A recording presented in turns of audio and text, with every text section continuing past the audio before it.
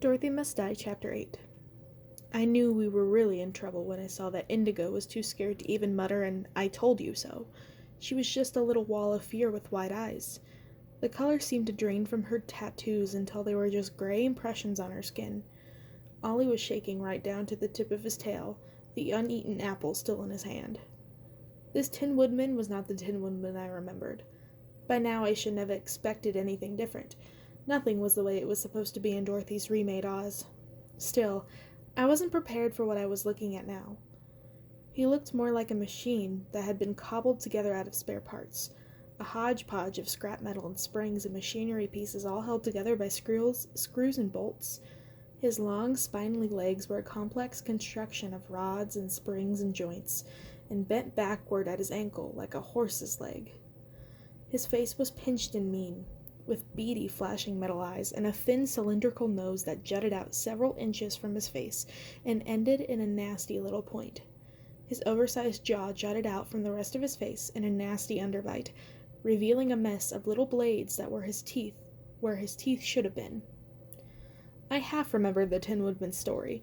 He had been a flesh-and-blood man until a witch had enchanted his axe to make him chop off pieces of his body one by one, and one by one he had replaced them with metal parts until that was all that was left of him.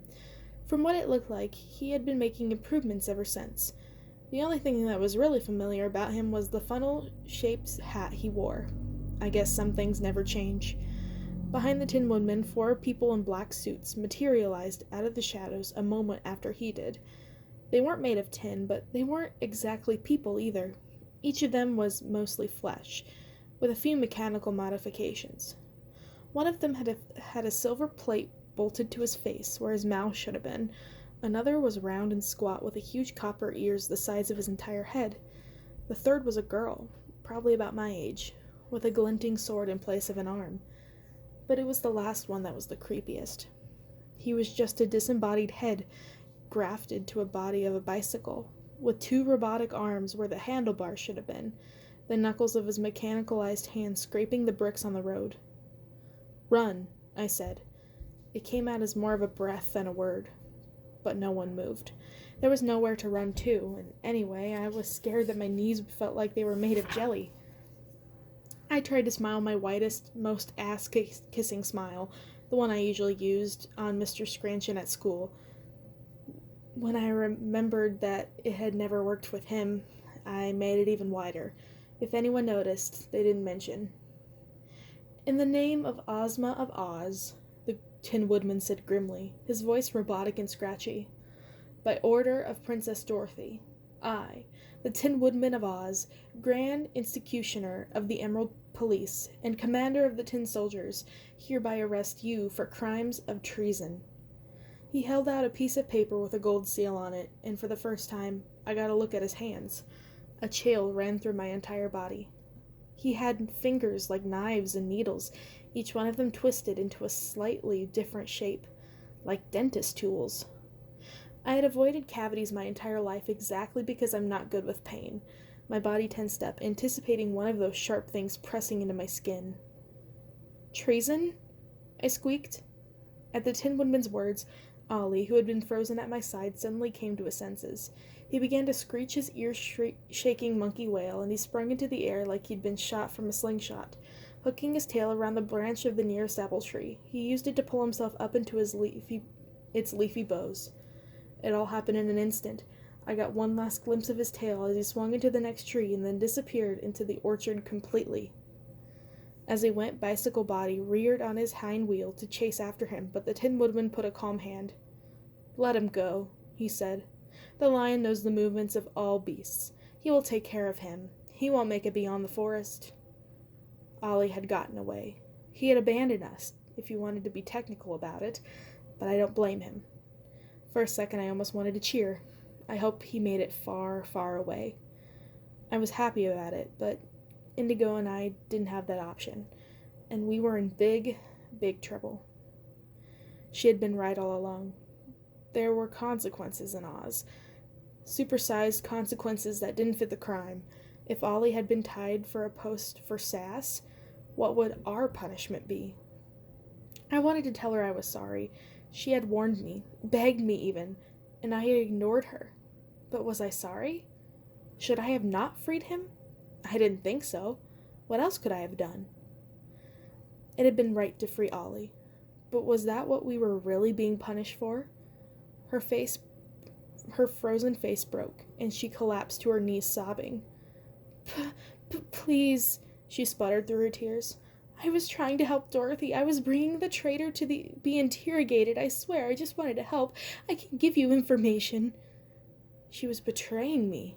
She had to, of course, and I didn't blame her.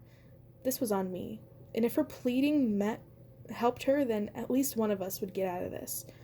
I knew that, but still it stung to listen to her selling me out. Is that so, little one?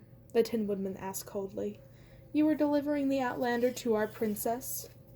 Of course, Indigo pleaded. I love Dorothy more than words.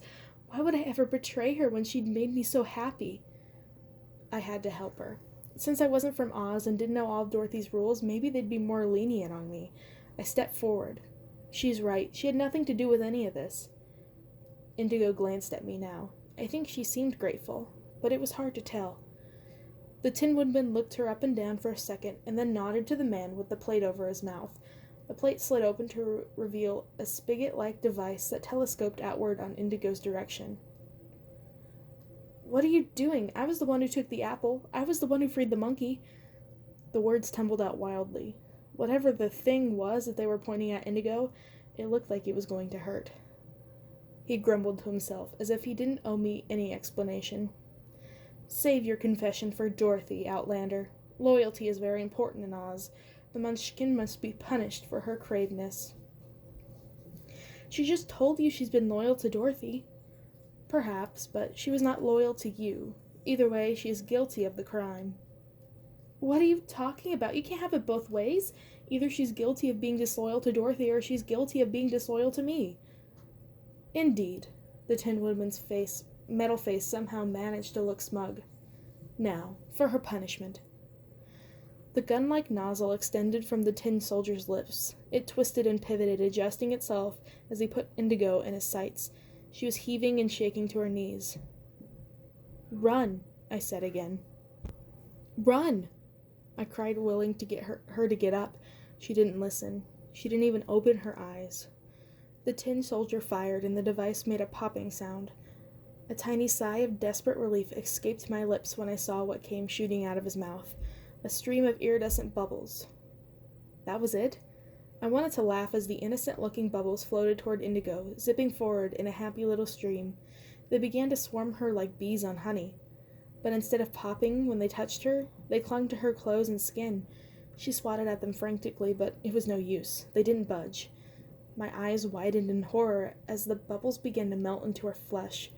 I made a move forward to help her, to do anything.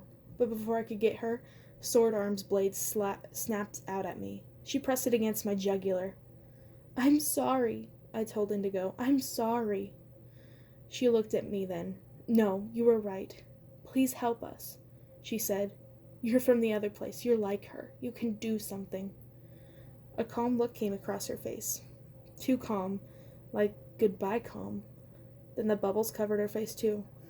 As they merged with her body, her tattoos separated from her skin and slipped off her, the ink puddling into a shiny, mercurial mass. Indigo was melting. She was barely recognizable now. She was just a big lump of stickly, pinkish flesh.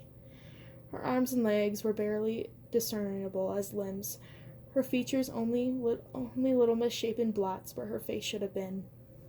Make it stop, I begged, still crying. Please, I didn't mean to. I didn't know.